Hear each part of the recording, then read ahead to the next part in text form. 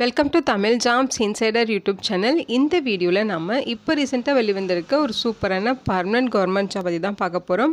இந்த நோட்டிஃபிகேஷனில் உங்களுக்கு இளநிலை அதிகாரி கேட்டகரியில் வேரியஸ் டிசிப்ளினில் போஸ்டிங்ஸ் கொடுத்துருக்காங்க. இனிஷியல் சேலரியே பர் மந்த்துக்கு 25,000 1,05,000 வரைக்கும் பேசிக் ஃபீஸ் சொல்லியிருக்காங்க. இது இல்லாமல் உங்களுக்கு எக்கச்சக்கமாக அலவன்சஸும் இருக்கும். இந்த போஸ்ட்டுக்கு ஆன்லைன் மூலமாக விண்ணப்பிக்க சொல்லியிருக்காங்க. விண்ணப்பிக்கிறதுக்கு எஸ்சி எஸ்டி பிடபிள்யூடி கேட்டகரிக்கு ஃபீஸே கிடையாது. பர்மனெண்ட்டான சென்ட்ரல் கவர்மெண்ட் ஜாப் ஆப்பர்ச்சுனிட்டி தான். இந்த போஸ்ட்டுக்கு விண்ணப்பிக்க லாஸ்ட் டேட் ஜனவரி 9 வரைக்கும் டைம் கொடுத்துருக்காங்க. தமிழ்நாட்டில் இருக்க 38 மாவட்டத்தை சார்ந்த ஆண்கள் பெண்கள் எல்லாருமே இந்த போஸ்ட்டுக்கு எலிஜிபிள் தான். இதோட அஃபிஷியல் நோட்டிஃபிகேஷன் அண்ட் எலிஜிபிலிட்டி பற்றின டீட்டெயில்ஸ் இப்போ நான் ப்ரீஃபாக எக்ஸ்பிளைன் பண்ணுறேன். வீடியோவை ஸ்கிப் பண்ணாமல் முழுமையாக பாருங்கள். அதுக்கு முன்னாடி நீங்கள் இப்போ தான் இந்த சேனலுக்குள்ளே முதல் முறையாக வரீங்க அப்படின்னா நம்ம சேனலை சப்ஸ்கிரைப் பண்ணிவிட்டு பெல் சிம்பிள் ப்ரெஸ் பண்ணி ஆல்கிற நோட்டிஃபிகேஷனில் செட் பண்ணிக்கிங்க. அப்போ தான் நாங்கள் கொடுக்குற எல்லா கவர்மெண்ட் ஜாப் ஆப்பர்ச்சுனிட்டியும் உங்கள் ஃபோனுக்கு டைமுக்கு நோட்டிஃபிகேஷனாக கிடைக்கும். இந்த ரெக்ரூட்மெண்ட் ரிலேட்டடான அப்ளை லிங்க் நோட்டிஃபிகேஷன் லிங்க் எல்லாமே இந்த வீடியோவோட டிஸ்கிரிப்ஷன்லையும் ஃபஸ்ட்டு கமெண்ட்லையும் பின் பண்ணியிருக்கேன், செக் பண்ணி பாருங்கள். இந்த வீடியோக்கு ஒரு லைக் கொடுத்துருங்க. நீங்கள் கொடுக்குற லைக் தான் எங்களுக்கு அடுத்தடுத்து வீடியோ போகிறதுக்கான மிகப்பெரிய மோட்டிவேஷனாக இருக்கும். இப்போ வாங்க நம்ம வீடியோக்குள்ளே போகலாம். இதுதான் இந்த ஜாபுக்கான அஃபிஷியல் நோட்டிஃபிகேஷன். இந்த நோட்டிஃபிகேஷன் பார்த்தீங்கன்னா IOCLலேருந்து ரிலீஸ் பண்ணியிருக்காங்க. முக்கியமாக இந்த வீடியோ ஒரு இண்டிபெண்ட் ரிவ்யூ வீடியோ தான். எஜுகேஷன் பர்பஸ்க்காக தான் போஸ்ட் பண்ணுறோம். இந்த போஸ்ட்டுக்கு விண்ணப்பிக்கிறது உங்களோட சொந்த விருப்பம் தான், ஓகேங்களா? ஸோ இந்த நோட்டிஃபிகேஷன் இந்தியன் ஆயில் கார்பரேஷன் லிமிட்டேருந்து கொடுத்துருக்காங்க. இதோட ஷார்ட் ஃபார்ம் தான் IOCL, ஓகேங்களா? இது பர்மனெண்ட்டான மத்திய அரசு நிறுவனம் தான். இங்கேருந்து நோட்டிஃபிகேஷன் பர்மனெண்ட் போஸ்டிங்ஸ் ரெக்ரூட் பண்ண போகிறாங்க, நான் எக்ஸிக்யூட்டிவ் கேட்டகரியில், ஓகேங்களா? ஸோ இதுலேயும் உங்களுக்கு வேரியஸ் டிசிப்ளினில் போஸ்டிங்ஸ் கொடுத்துருக்காங்க. சேலரி பார்த்தீங்கன்னா இனிஷியல் சேலரி 25,000 1,05,000 வரைக்கும் பேசிக் பே. இது இல்லாமல் எக்கச்சக்கமாக உங்களுக்கு அலவன்சஸ் இருக்கும். அலவன்சஸ்லாம் சேர்த்து ஃபஸ்ட் மந்த் சேலரியே பார்த்தீங்கன்னா 35,000க்கு மேலே கிடைக்க நிறைய வாய்ப்புகள் இருக்குது, ஓகேங்களா? ஸோ இங்கே வேக்கன்சிஸ் பார்த்தீங்கன்னா ஒவ்வொரு போஸ்ட் வைஸ் உங்களுக்கு போஸ்ட் கோட் டீட்டெயிலாக கொடுத்துருக்காங்க. அதேமாதிரி கம்யூனிட்டி வைஸ் எவ்வளோ வேக்கன்சிஸ் இருக்குது, எந்தெந்த ரீஃபைனரியில் எத்தனை வேக்கன்சிஸ் இருக்குது, ஸோ இதோட டோட்டல் வேக்கன்சிஸ் டீட்டெயில்ஸ் அப்படின்னு சொல்லி கிளியராக கொடுத்துருக்காங்க. போஸ்டிங்ஸை பொறுத்த வரைக்கும் பார்த்தீங்கன்னா ஜூனியர் இன்ஜினியரிங் அசிஸ்டண்ட்டில் வேரியஸ் டிசிப்ளினில் போஸ்டிங்ஸ் இருக்குது.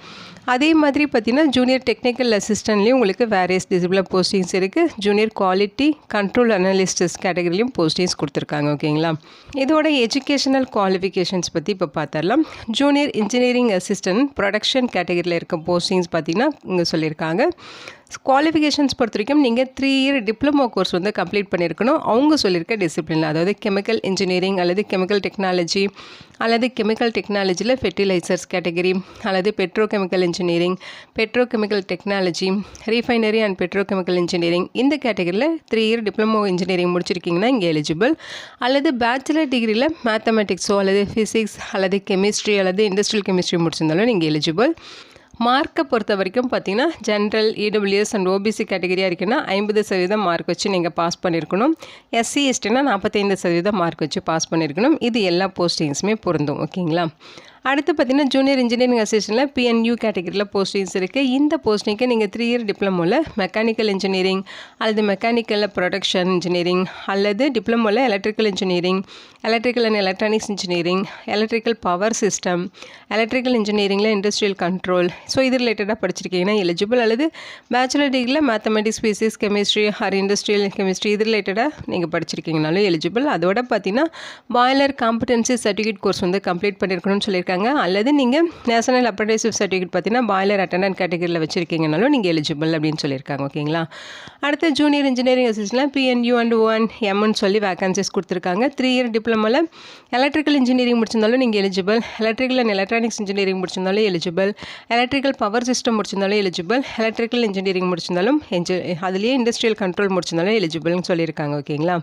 ஸோ அதே மாதிரி இப்போ மார்க் டீட்டெயில்ஸுமே கொடுத்துருக்காங்க. அடுத்து junior engineering assistant electrical, junior technical assistant electrical. So இந்த போஸ்ட்டுக்கு 3 இயர் டிப்ளமோவில் எலக்ட்ரிக்கல் இன்ஜினியரிங்கோ அல்லது எலக்ட்ரிக்கல் அண்ட் எலக்ட்ரானிக்ஸ் இன்ஜினியரிங்கோ அல்லது எலக்ட்ரிக்கல் பவர் சிஸ்டம் அல்லது எலக்ட்ரிக்கல் இன்ஜினியரிங் இண்டஸ்ட்ரியல் கண்ட்ரோல் இது ரிலேட்டடாக படிச்சிருக்கீங்கன்னா எலிஜிபிள். அதேமாதிரி ஜூனியர் இன்ஜினியரிங் அசிஸ்டண்ட்டில் மெக்கானிக்கல், ஜூனியர் டெக்னிக்கல் அசிஸ்டண்ட்டில் மெக்கானிக்கல். இந்த போஸ்ட்டுக்கு 3 இயர் டிப்ளமோவில் மெக்கானிக்கல் இன்ஜினியரிங் முடிச்சிருந்தாலே எலிஜிபிள், மெக்கானிக்கலில் ப்ரொடக்ஷன் இன்ஜினியரிங் முடிச்சிருந்தாலே எலிஜிபிள் அப்படிங்கிற மாதிரி சொல்லியிருக்காங்க. அடுத்து பார்த்தீங்கன்னா இன்ஸ்ட்ருமெண்டேஷன் டிசிப்ளின். ஸோ இந்த போஸ்ட்டுக்கு 3 இயர் டிப்ளமோவில் இன்ஸ்ட்ருமெண்டேஷன் இன்ஜினியரிங் முடிச்சிருந்தாலே எலிஜிபிள், இன்ஸ்ட்ருமெண்டேஷன் அண்ட் எலக்ட்ரானிக்ஸ் முடிச்சிருந்தாலே eligible, instrumentation and control engineering அல்லது applied electronics and instrumentation engineering அல்லது எலக்ட்ரானிக்ஸ் அண்ட் எலக்ட்ரிக்கல் இன்ஜினியரிங் முடிச்சிருந்தாலும் நீங்கள் எலிஜிபிள் தான். ஓகேங்களா. நெக்ஸ்ட்டு பார்த்தீங்கன்னா ஜூனியர் குவாலிட்டி கண்ட்ரோல் அனாலிசிஸ்ட். இந்த போஸ்ட்டுக்கு பேச்சுலர் டிகிரியில் மேக்ஸோ, ஃபிசிக்ஸோ, கெமிஸ்ட்ரியோ அல்லது இண்டஸ்ட்ரியல் கெமிஸ்ட்ரியோ முடிச்சிருக்கீங்கன்னா நீங்கள் எலிஜிபிள் சொல்லியிருக்காங்க. அடுத்து ஜூனியர் இன்ஜினியரிங் அசிஸ்டண்ட்டில் ஃபயர் அண்ட் சேஃப்டி டிபார்ட்மெண்ட்டில் போஸ்டிங்ஸ் இருக்குது. இதுக்கு நீங்கள் 10th முடிச்சுட்டு 12th முடிச்சிருக்கணும். அதோட சப் ஆஃபீஸர்ஸ் கோர்ஸ் வந்து நீங்கள் கம்ப்ளீட் பண்ணியிருக்கணும். அது பார்த்தீங்கன்னா NFSC நாக்பூரில் நீங்கள் வந்து இந்த கோர்ஸ் கம்ப்ளீட் பண்ணியிருக்கணும்னு சொல்லியிருக்காங்க. வேலிடான ஹெவி வெஹிக்கல் டிரைவிங் லைசன்ஸ் இருக்கணும். அவங்க சொல்லியிருக்க மாதிரி ஃபிசிக்கல் ஸ்டாண்டர்ட் உங்களுக்கு மேட்ச் ஆகணும். அதாவது 165 சென்டிமீட்டர் ஹைட் இருக்கணும், 50 கிலோகிராம் வெயிட் இருக்கணும், செஸ்ட்டு பார்த்தீங்கன்னா 81 சென்டிமீட்டர் அன்எக்ஸ்பேண்டட் லெவல்லையும் 86 சென்டிமீட்டர் எக்ஸ்பேண்டட் லெவல்லையும் இருக்கணும் அப்படிங்கிற மாதிரி சொல்லியிருக்காங்க. ஐ விஷன் 6 out of 6 இருக்கணும். இந்த மாதிரி டீட்டெயில்ஸ் எல்லாமே கொடுத்துருக்காங்க. ஓகேங்களா. இது பர்மனெண்ட்டான central government job opportunity. So all Indian citizens இந்த போஸ்ட்டுக்கு எலிஜிபிள் தான், தாராளமாக விண்ணப்பிச்சுக்கலாம். ஸோ இங்கே பார்த்தீங்கன்னா உங்களுக்கு ஃபீஸ் 300 ருபீஸ் சொல்லியிருக்காங்க. SC, ST, PWD category, X serviceman இவங்களுக்கு ஃபீஸ் கிடையாது. ஓகேங்களா. எங்களை தவிர்த்து மீதி இருக்கவங்க மட்டும் 300 ருபீஸ் ஃபீஸ் பே பண்ணணும். ஏஜ் லிமிட்டை பொறுத்த வரைக்கும் 18 26 வயது வரைக்கும் இருக்கவங்க எலிஜிபிள். அதுவும் பார்த்தீங்கன்னா December 31, 2025 அந்த டேட் படி அவங்க கேட்குற ஏஜ் லிமிட் உங்களுக்கு இருக்கணும் அப்படிங்கிற மாதிரி சொல்லியிருக்காங்க. இது இல்லாமல் ஏஜில் ரிலாக்ஸேஷனுமே இருக்குது. SC, STனா 5 இயர்ஸ் ரிலாக்ஸேஷன், அவங்க 31 வயது வரைக்கும் இருக்கவங்க விண்ணப்பிச்சுக்கலாம். OBCனா 3 இயர்ஸ் ரிலாக்ஸேஷன், அவங்க 29 வயது வரைக்கும் இருக்கவங்க விண்ணப்பிச்சுக்கலாம்னு சொல்லியிருக்காங்க. நீங்கள் PWD கேட்டகரியாக இருந்தால், ஜென்ரல் கேட்டகரியாக இருந்தால் 10 இயர்ஸ் ரிலாக்ஸேஷன், SC, STனா 15 இயர்ஸ், OBCனா 13 இயர்ஸ் வரைக்கும் உங்களுக்கு ஏஜில் ரிலாக்ஸேஷனுமே கொடுத்துருக்காங்க. ஓகேங்களா. செலெக்ஷன் ப்ராசஸ் பார்த்திங்கன்னா உங்களுக்கு CBT எக்ஸாமினேஷன்ஸ் இருக்கும். அதுக்கு அடுத்து உங்களுக்கு skill test, proficiency test, physical test இதெல்லாமே இருக்கும். இதெல்லாம் பேஸ் பண்ணி தான் உங்களுக்கு வந்து ரெக்ரூட் பண்ண போகிறாங்க. நீங்கள் CBTயில் வாங்கின மார்க்கை வச்சு தான் அடுத்த லெவலுக்கு வந்து உங்களுக்கு கொண்டு போவாங்க. அதாவது skill test, proficiency test, physical டெஸ்ட்டுக்கு கூப்பிடுவாங்க. ஓகேங்களா. ஸோ அந்த ஸ்கில் டெஸ்ட் எல்லாமே பார்த்தீங்கன்னா உங்களுக்கு குவாலிஃபையிங் நேச்சரில் தான் இருக்கும் அப்படின்னு சொல்லியிருக்காங்க. CBT எக்ஸாமினேஷன் 120 மினிட்ஸ் நடக்கும். அதில் 100 கொஸ்டின்ஸ் 100 மார்க்குக்கு நடக்கும்னு சொல்லியிருக்காங்க. உங்களுக்கு நோ நெகட்டிவ் மார்க். ஓகேங்களா. நீங்கள் எல்லா கொஸ்டின்ஸுமே நீங்கள் அட்டன் பண்ணிட்டு வரலாம். கொஸ்டின்ஸை பொறுத்த வரைக்கும் பார்த்தீங்கன்னா சப்ஜெக்ட் நாலேஜஸில் உங்களுக்கு 75 கொஸ்டின்ஸும், நியூமெரிக்கல் எபிலிட்டியில் 15, ஜென்ரல் அவேர்னஸில் 10 மார்க்குக்கு உங்களுக்கு கொஸ்டின்ஸ் இருக்கும் அப்படின்னு சொல்லியிருக்காங்க. ஓகேங்களா. நீங்கள் ஆன்லைனில் அப்ளை பண்ணுறப்போ உங்களோட மெயில் ஐடி, ஃபோன் நம்பர், வேலிடான டீட்டெயில்ஸ் வந்து இன்புட் பண்ணுங்கள் அப்படின்னு சொல்லியிருக்காங்க.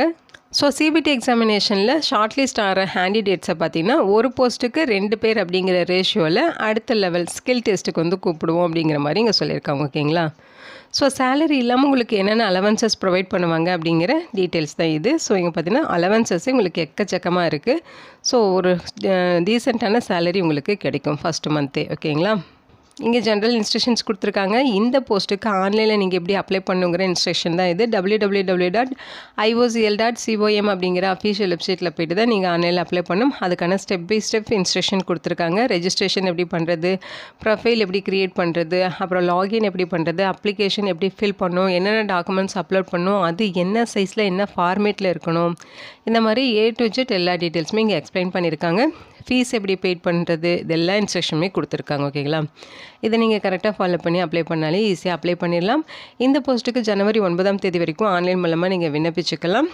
டென்டேட்டிவாக பார்த்தீங்கன்னா இதோட CBT examination January last week நடக்கும் அப்படிங்கிற மாதிரி சொல்லியிருக்காங்க. ஓகேங்களா.